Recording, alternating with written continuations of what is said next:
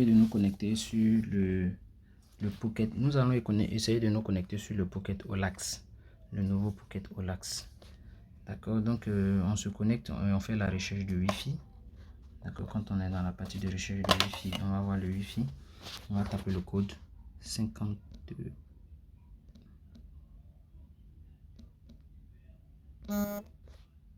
Je me connecte. D'accord, je suis connecté sur le Pocket Wi-Fi. Une fois que je suis connecté, pour voir les paramètres du Wi-Fi, je saisis ici dans la barre d'adresse 192.168.0.1. Je valide. Et voilà, ça c'est l'adresse du Pocket Wi-Fi.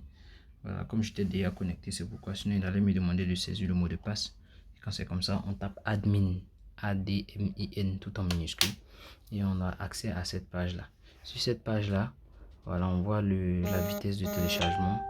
On voit également les paramètres de réseau, dispositifs connectés, c'est-à-dire le nombre d'équipements connectés. Et en bas, toutes les informations sur la puce, sur l'équipement et sur la puissance du signal. Ok. On peut changer, il y a possibilité de modifier la langue, mettre en français ou en anglais. Voilà, les langues sont ici. Vous voyez, il y a différentes langues: anglais, chinois, espagnol, vietnamien, français. Et là, c'est pour la lecture des SMS. Voilà les SMS qui sont sur la puce. On peut lire les SMS ici. Ça, c'est pour saisir le code USSID. Ok. D'accord. Ici, par exemple, on peut saisir un code du genre, je peux dire dièse 122 dièse. Puis je lance. Voilà. À partir de là, on peut lancer des codes USSID. Ensuite, voilà. Donc, vous voyez. Ok.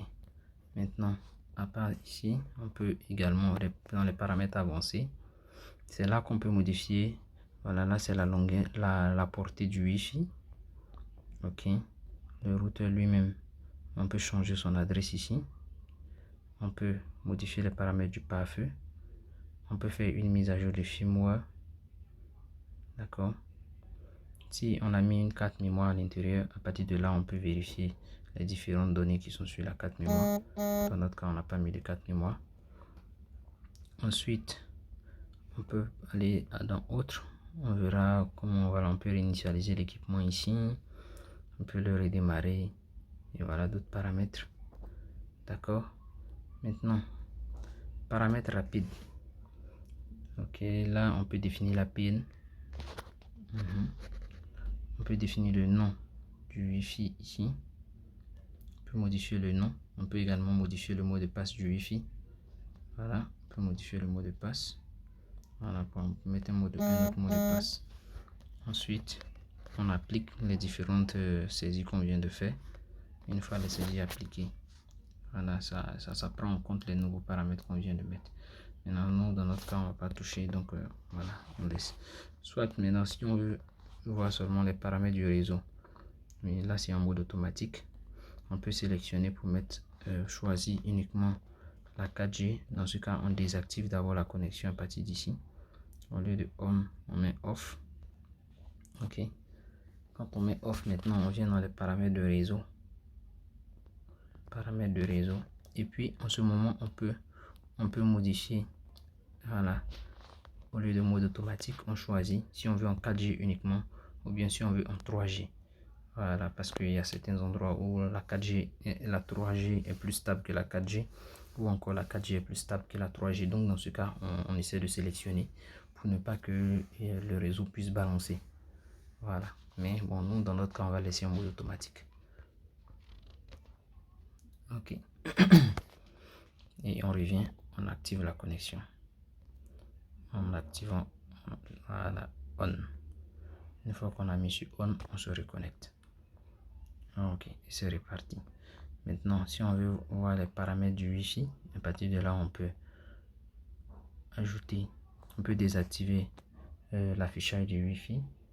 On peut désactiver le nom du réseau. On peut ajouter, il a la possibilité de mettre multi-SSID, c'est-à-dire le même Pocket Wi-Fi affiche deux noms de Wi-Fi différents. C'est possible. avec cette pocket là. Ok. Maintenant, le nombre maximum c'est 10 équipements. On peut le réduire à 2, 1, 5. Voilà. Mais nous, dans notre cas, on va laisser à 10. Ok.